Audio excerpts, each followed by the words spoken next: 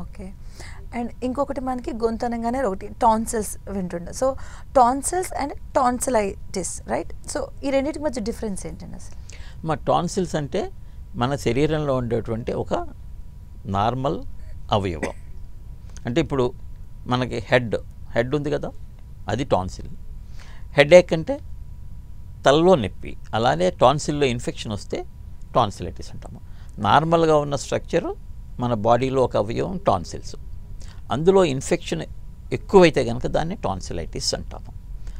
Tonsils అందరికీ ఉంటాయి. అయితే ఈ టాన్సిల్స్ చేసే పని ఏంటంటే మన శరీరానికి కావలసినటువంటి రోగ నిరోధక శక్తిలో మొదటి పార్ట్ అనమాట. ఇది ఇమ్యూన్ సిస్టంలో ఎంట్రన్స్ పార్ట్ అనుకోవచ్చు. ఏం చేస్తాయి ఇవి? ఈ వాతావరణంలో ఉన్నటువంటి బ్యాక్టీరియాని తీసుకుని వాటిల్ని ఈ టాన్సిల్ లోపల క్రిప్ట్స్ అని ఉంటాయమ్మా. ఇందులో వాటిల్ని పెంచుతాయి. వాటిని అంటే బ్రీడింగ్ సెంటర్ అనమాట. అంటే ఒక బ్యాక్టీరియా కొన్ని లక్షల బ్యాక్టీరియాగా దాన్ని పెరగడానికి దోహదం చేస్తుంది. పెరిగిన తర్వాత ఆ బ్యాక్టీరియాని చంపి వాటిల్ని అనలైజ్ చేసి దానికి ఎలాంటి విరుగుడు మందు మనం తయారు చేసుకోవాలి అనేది మన శరీరం ఒక అవగాహనకి రావడానికి ఈ టాన్సిల్స్ ఉపయోగపడతాయి. అంటే మన రోగ నిరోధక శక్తిని యుద్ధానికి తయారు చేస్తుంది అనమాట, రెడీ చేస్తుంది. అయితే చాలామంది అడిగేది ఏంటంటే, సరే మరి ఇలాంటి టాన్సిల్స్లో ఇన్ఫెక్షన్ అప్పుడు ఆపరేషన్ ఎందుకు చేయాలి, తీయకూడదు కదా? చాలా మందికి ఇప్పుడు ఇదే ప్రశ్న సార్. అంత ఇమ్యూన్ సిస్టంలో అంత పవర్ఫుల్ సిస్టమ్ అనేటువంటి దాన్ని మనం తీసేస్తుంటాం చాలా మంది డాక్టర్స్. అయితే ఈ ఇమ్యూన్ సిస్టమ్కి కావలసినటువంటి యాంటీబాడీస్ని తయారు చేయడానికి కావలసిన నమూనాలని తయారు చేస్తుంది టాన్సిల్. తయారు చేసి ఈ నమూనాలని అంటే స్టాంపు లాగా అనమాట. ఆ స్టాంపుని తయారు చేసి బాడీలో ఉన్న మిగతా ఇమ్యూన్ సిస్టమ్కి అందజేస్తుంది. ఈ యాంటీబాడీస్ని తయారు చేసే పని వేరే పార్ట్ టాన్సిల్ చేయదు. టాన్సిల్ ఒక రబ్బర్ స్టాంపుని తయారు చేసి బాడీకి ఇస్తుంది. మన బాడీలో మిగతా ఇమ్యూన్ సిస్టమ్ రబ్బర్ స్టాంప్ వేసుకొని ముద్రలు కొట్టుకుంటుంది.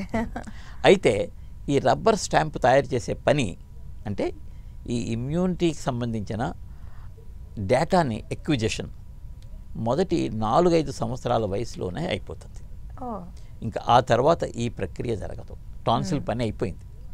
ఇంచుమించు 5-6 సంవత్సరాలు వచ్చేసరికి టాన్సిల్లో ఈ ప్రక్రియ జరగదు. టాన్సిల్ ఫంక్షన్ ఆల్మోస్ట్ నెగ్లిజిబుల్ అయిపోతుంది. అయితే ఎప్పుడు ఆపరేషన్ చేస్తాము?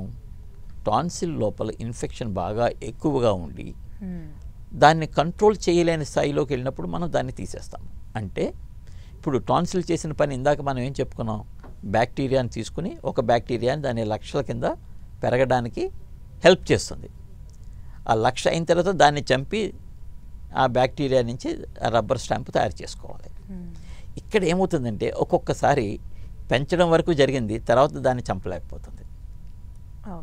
అంటే పాకిస్తాన్ టెర్రరిస్టులను తయారు చేసింది, ఇప్పుడు వాళ్ళే పాకిస్తాన్ మీద యుద్ధం చేస్తున్నారు. సో అది తయారు చేసినటువంటి అది పెంచి పోషించినటువంటి బ్యాక్టీరియాని అది కంట్రోల్ చేయలేకపోతుంది. అటువంటి సందర్భంలో మేము ఆపరేషన్ చేస్తాం. అంటే ఇంకా దాన్ని అది ఇంకా మనకు ఉపయోగపడదు, మన శరీరాన్ని ఇబ్బంది పెడుతోంది. అటువంటి సందర్భంలో చేస్తాం. ఇంకొక సందర్భం ఏంటంటే అక్కడ ఉన్న ప్లేస్లో చాలా పెద్దవి అయిపోయింది అనుకోండి. ఇప్పుడు మనం తినే మార్గం గాలి తీసుకునే మార్గం చిన్నదైపోయింది. అటువంటి సందర్భంలో వాటిని చిన్నవి చేస్తాం. అంటే మొత్తం తీసేయం, 15% నుంచి 85% తీసేస్తాం.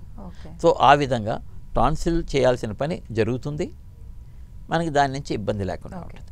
ఇంకొక విషయం ఏంటంటే టాన్సిల్ లాంటివి మన గొంతు చుట్టూరా 12 జతలు ఉన్నాయి. మనకి తెలుసున్నది మీరు అందరూ అనుకునేది టాన్సిల్ ఒకటే, కానీ మిగతావి ఇంకా 12 జతలు ఉన్నందువల్ల టాన్సిల్స్ తీసేసినా సరే మిగతా 11 జతలు ఆ పని చేసుకుంటాయి. Not an issue. సో పెద్ద ఇష్యూ ఏం కాదు.